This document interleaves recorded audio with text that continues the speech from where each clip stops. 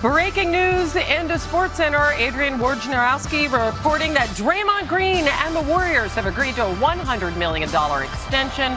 Green was entering the last year of his 5-year, $82 million contract. He would have been an unrestricted free agent after this season. He is coming off a monster postseason where he posted 6 triple-doubles, tied with Magic Johnson for the second most in a single postseason. He's been on the NBA's all-defensive first or second team for 5 straight years, NBA's Defensive Player of the Year in 2017. For more, Woj joins us now on the phone. Woj, why was Golden State so intent on getting this deal done now?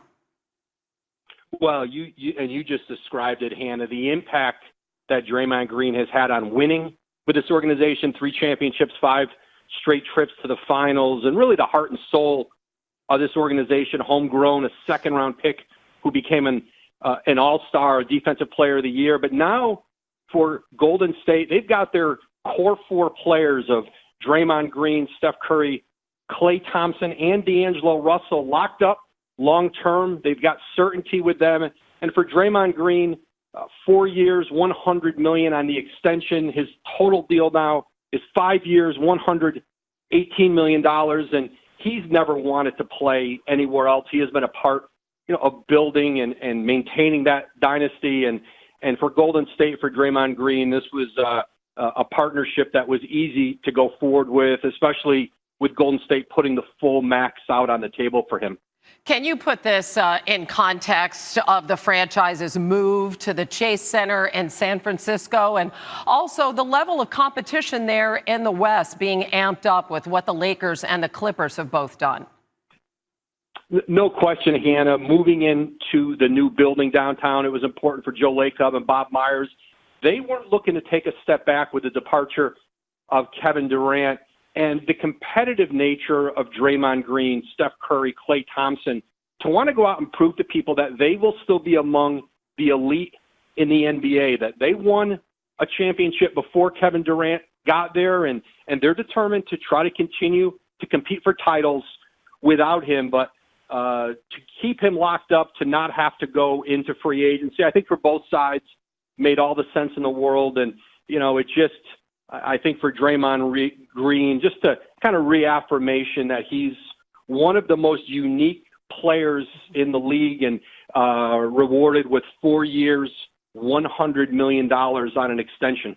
And before I let you go, just on that final thought, one of the most unique players in the league, the straw that stirs the drink there in Golden State, could you just put into perspective his journey out of Michigan State to becoming one of the highest paid players in the game? Well, a Big Ten Player of the Year, the NABC National Player of the Year that NBA teams didn't believe in coming out of college, and drops all the way to 35th in the draft. And the Warriors dynasty doesn't exist if they don't get Draymond Green in the second round and be able to bring in a Kevin Durant in free agency, because financially they could make it work. Their talent was homegrown in Golden State. And, Draymond Green is the perfect counter for the personalities and dispositions of Klay Thompson, of Steph Curry, and what he does defensively, what he does, I just think, is a leader for that team. It's irreplaceable. And Golden State certainly recognized that. Joe Lacob, Bob Myers, this was a priority for them. They wanted to keep Kevin Durant. He left.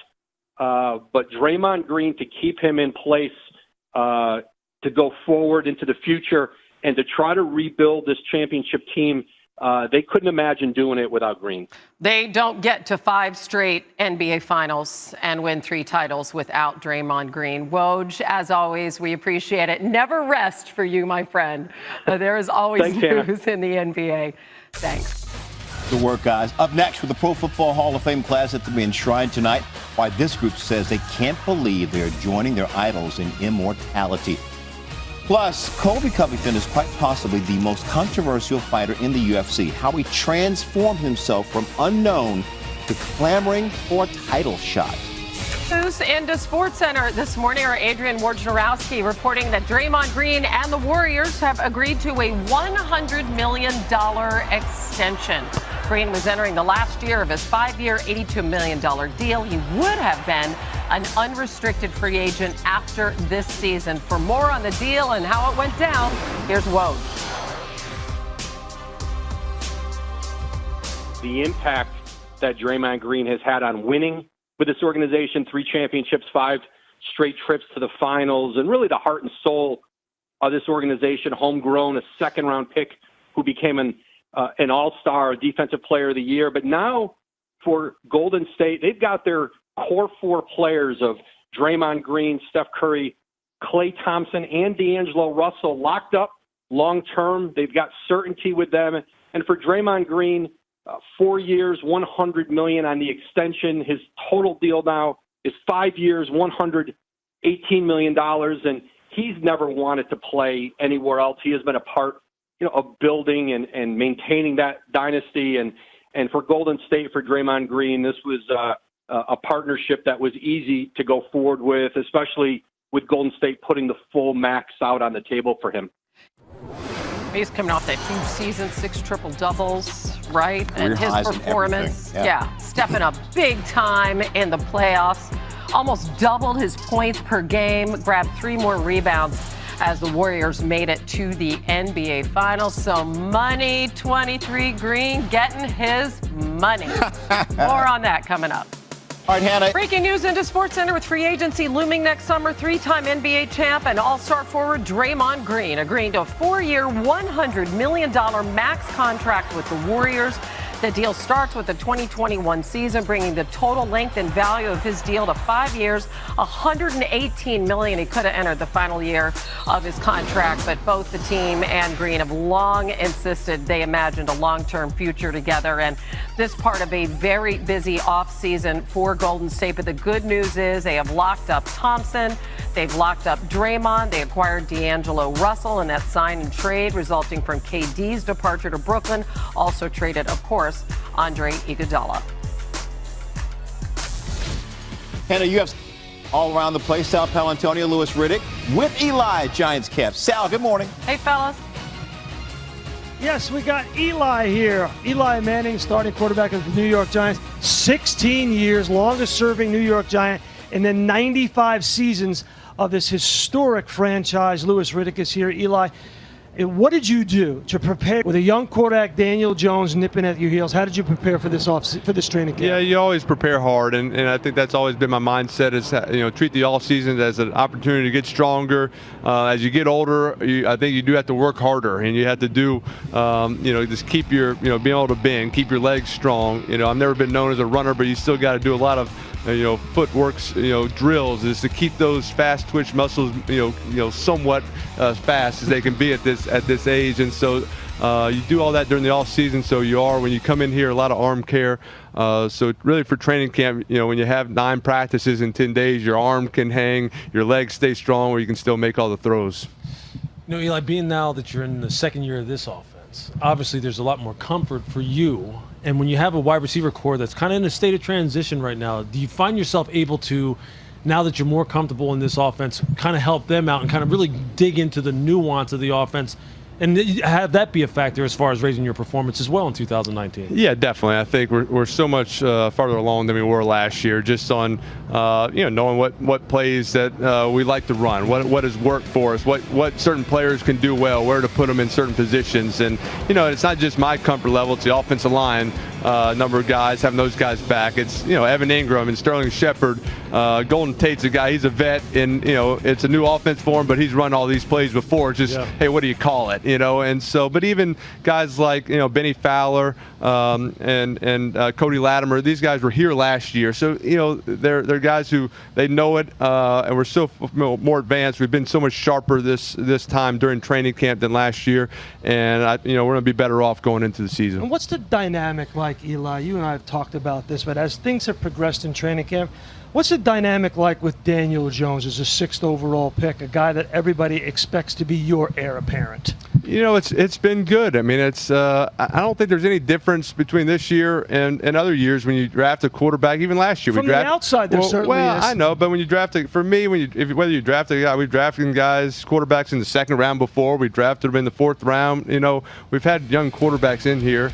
And I treat it the same as I've treated those guys, and you try to help them learn. When there's opportunities, you're not holding their hand. You're not saying, hey, we got to meet at this time so I can teach you these things. But when you're in the meeting room, when you're talking, when you're watching film, you're talking about protections, you're talking about concepts, you're talking about defenses.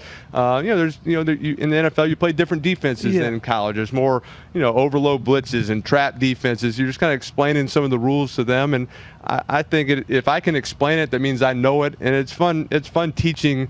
I've enjoyed that over the years with other quarterbacks, kind of teaching the game of football, teaching an offense. I think it helps me learn it as well. Speaking of defenses, Eli, I've always been interested in how quarterbacks who are so cerebral like yourself and have seen everything and made every throw, seen every protection, I've rather seen every blitz, seen every kind of coverage, how they can help defensive players themselves. Right? And so your defense is going to be under the microscope this year.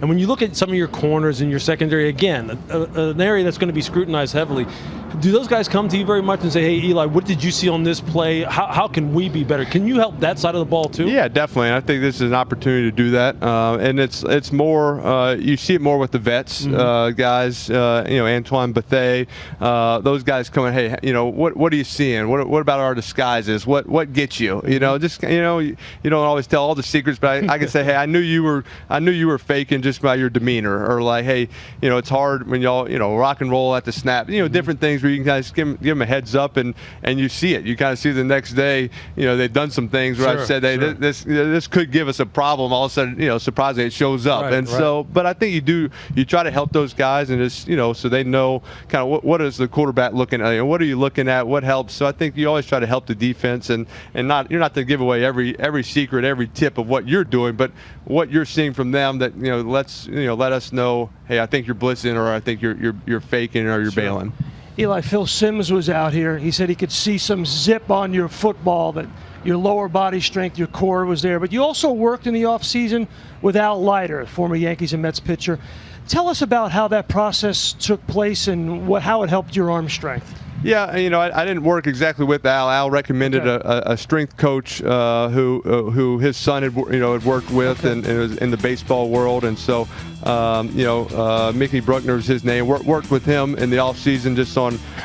He's a strength coach, but he also is has dealt with a lot more baseball players and other Major League Baseball players. So you do a lot of core, a lot of arm maintenance, stability, and just rotator cuff, and so it is centered around an overhead thrower kind of workouts. And so working with him, I think also did a lot of long ball toss, kind of a philosophy of how a pitcher would get ready to go into training camp. Do you feel the difference? I feel it. I definitely feel it. I feel I think as you get older, you want to make sure you're not losing your arm strength. That's something that could go away, make things harder. So I think I've maintained. I feel like maybe my deep ball, I got a little more zip on things, and so but you do notice it during training.